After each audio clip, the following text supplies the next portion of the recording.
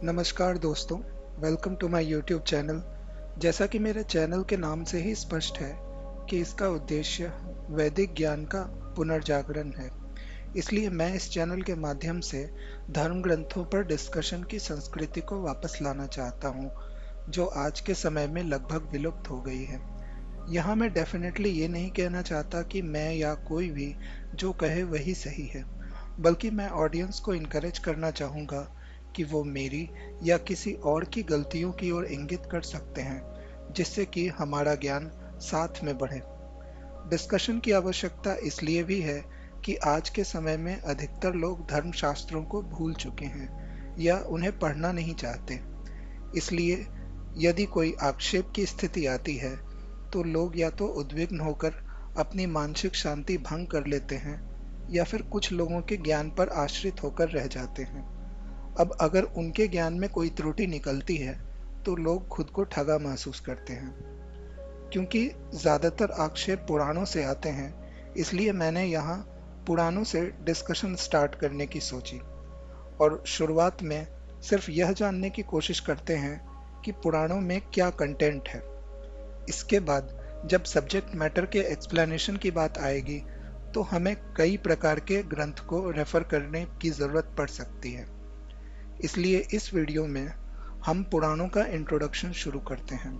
अगले वीडियो से हम विष्णु पुराण की कथाएं पढ़ना प्रारंभ कर सकेंगे। पुराण का अर्थ है प्राचीन आख्यान या पुरानी कथा। इसलिए पुराणों को कितना पुराना होना चाहिए ये कहना मुश्किल है, क्योंकि हम जनरली वेद के प्राकट्य को सर्वप्रथम मानते हैं। इवन दो वेद शाश्वत हैं, पर हम यह मान सकते हैं कि ऋग्वेद सबसे प्राचीन पुस्तक है। और पुराण के नाम से ऐसी अनुभूति होती है कि इसे शायद वेद से भी पुराना होना चाहिए। मत्स्य पुराण में यही लिखा है कि ब्रह्मा जी ने सृष्टि निर्माण के समय समस्त शास्त्रों में सर्वप्रथम पुराण का ही स्मरण किया था। उसके बाद उनके मुखों से वेद प्रादुर्भूत हुए।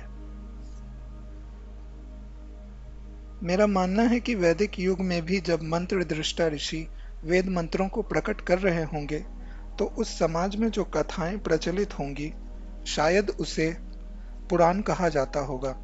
लेकिन वेद के सामने इनका स्टेटस हमेशा कम ही रहा होगा, क्योंकि यह संपूर्णतः मानवकृत है। इसके आगे सबसे इम्पोर्टेंट बात लिखी है कि पुराण एक ही था। जैसा कि यहाँ पर लिखा है कि 3 पुरुषार्थ के समुदाय का साधन स्वरूप पुराण एक ही था।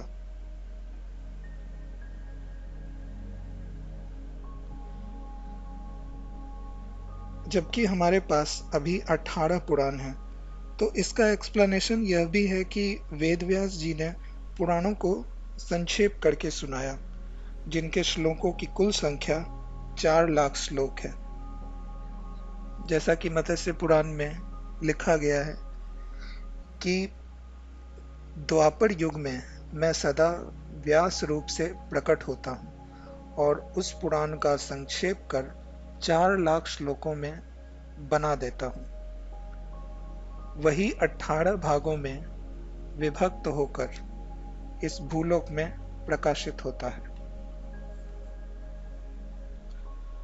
अब मत्स्य पुराण यह भी क्लेम करता है कि उस आदि पुराण के श्लोकों की संख्या 100 करोड़ है। जैसा कि लिखा है कि आज भी यह पुराण इस देवलोक में 100 करोड़ श्लोकों में है।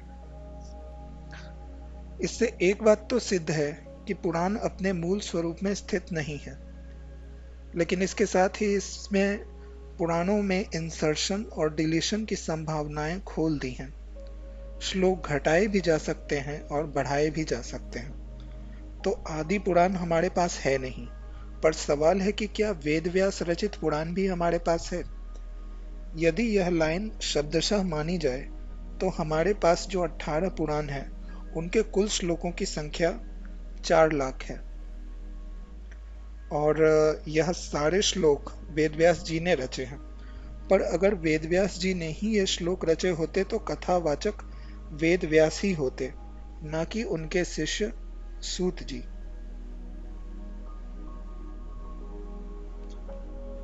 जैसा कि इस चैप्टर की शुरुआत ऐसे ही होती है कि ऋषियों ने पूछा, सूत जी, अब आप हम लोगों से क्रमशः पुराणों की संख्या का विस्तार पूर्वक वर्णन कीजिए। इससे यहाँ एक कॉन्ट्रडिक्शन की स्थिति उत्पन्न हो जाती है कि अगर हम इन 18 पुराण के सभी श्लोकों के रचयिता वेदव्यास जी को माने, तो उनमें यह अपने शिष्य की कथा सुनाने की कथा क्यों कहेंगे। इसका अर्थ है कि हमारे पास न तो आदि पुराण है, न ही वेदव्यास रचित पुराण। इन 18 पुराणों के रचयिता फिर कौन है? इसका एग्जैक्ट जवाब हमें विष्णु पुराण में मिल जाता है। यहाँ लिखा गया है कि व्यास जी ने आख्यान, उपाख्यान, गाथा, कल्प शुद्धि के सहित पुराण संहिता की रचना की। रोमहर्षण सूत व्यास जी के प्रसिद्ध शिष्य थे। महामती व्यास जी ने उन्हें पुराण संहिता का अध्ययन कराया। उन सूत जी के सुमति, अग्निवर्चा, मित्रायु, शांशपायन, अकृतव्रण और सावर्णी ये 6 शिष्य थे। काश्यप गोत्रीय, अकृतव्रण, सावर्णी और शांशपायन ये तीनों संहिता करता है। तो उन तीनों संहिताओं की आधार एक रोमहर्षण जी की संहिता है। तो जिन सूत जी को हम कथा कहते हुए पुराणों में देखते हैं, वह सूत जी ही रोमहर्षण हैं और वेद व्यास जी के शिष्य हैं। इन्होंने जो रोमहर्षण संहिता लिखी, उसके 18 डिवीजन हुए। रोमहर्षण के नाम का एक्सप्लेनेशन हमें कुर्म पुराण देता है। यहाँ ऐसा लिखा गया है कि चूंकि आपके वचन से द्वैपायन भगवान वेदव्यास जी के समस्त रोम हर्षित हो गए थे, इसलिए आप रोमहर्षण कहलाते हैं। अब भागवत पुराण में थोड़ा सा इनकोहेरेंस देखने को मिलता है। विष्णु पुराण में सूत जी ही रोमहर्षण हैं, जैसा कि यहाँ स्पष्ट है कि रोमहर्षण सूत वेदव्यास जी के प्रथम प्रसिद्ध शिष्य हुए। अब भागवत पुराण के अनुसार जो सूत जी भागवत के कथावाचक हैं, वो असल में रोमहर्षण के पुत्र हैं। मैंने वेदव्यास जी के शिष्य रोमहर्षण जी से, जो मेरे पिता थे, अध्ययन किया था। डिफरेंस यहीं खत्म नहीं होता। रोमहर्षण के जिन 6 शिष्यों के नाम लिए गए हैं, वो विष्णु पुराण के भागवत पुराण से मैच नहीं करते। जैसा कि यहाँ इन 6 शिष्यों का नाम प्रसिद्ध है, कश्यप, सावर्णी, अकृतव्रण, वैशंपायन, हारित, तो ये नाम विष्णु पुराण के 6 नाम से मैच नहीं करता। यहाँ एक शांशपायन और भागवत पुराण के वैशंपायन में थोड़ी सिमिलैरिटी देखने को मिलती है, लेकिन इसके बाद भी यह माना जा सकता है कि एक ही शिष्य के 2 नाम रहे होंगे। यहाँ यही सिद्ध होता है कि पुराणों के स्वयं के अनुसार भी 18 पुराण की रचना इन्हीं 6 शिष्यों ने की होगी। संभवतः इनमें से हर एक के 3 शिष्य रहे होंगे, जिनसे पुराणों की संख्या 18 हुई।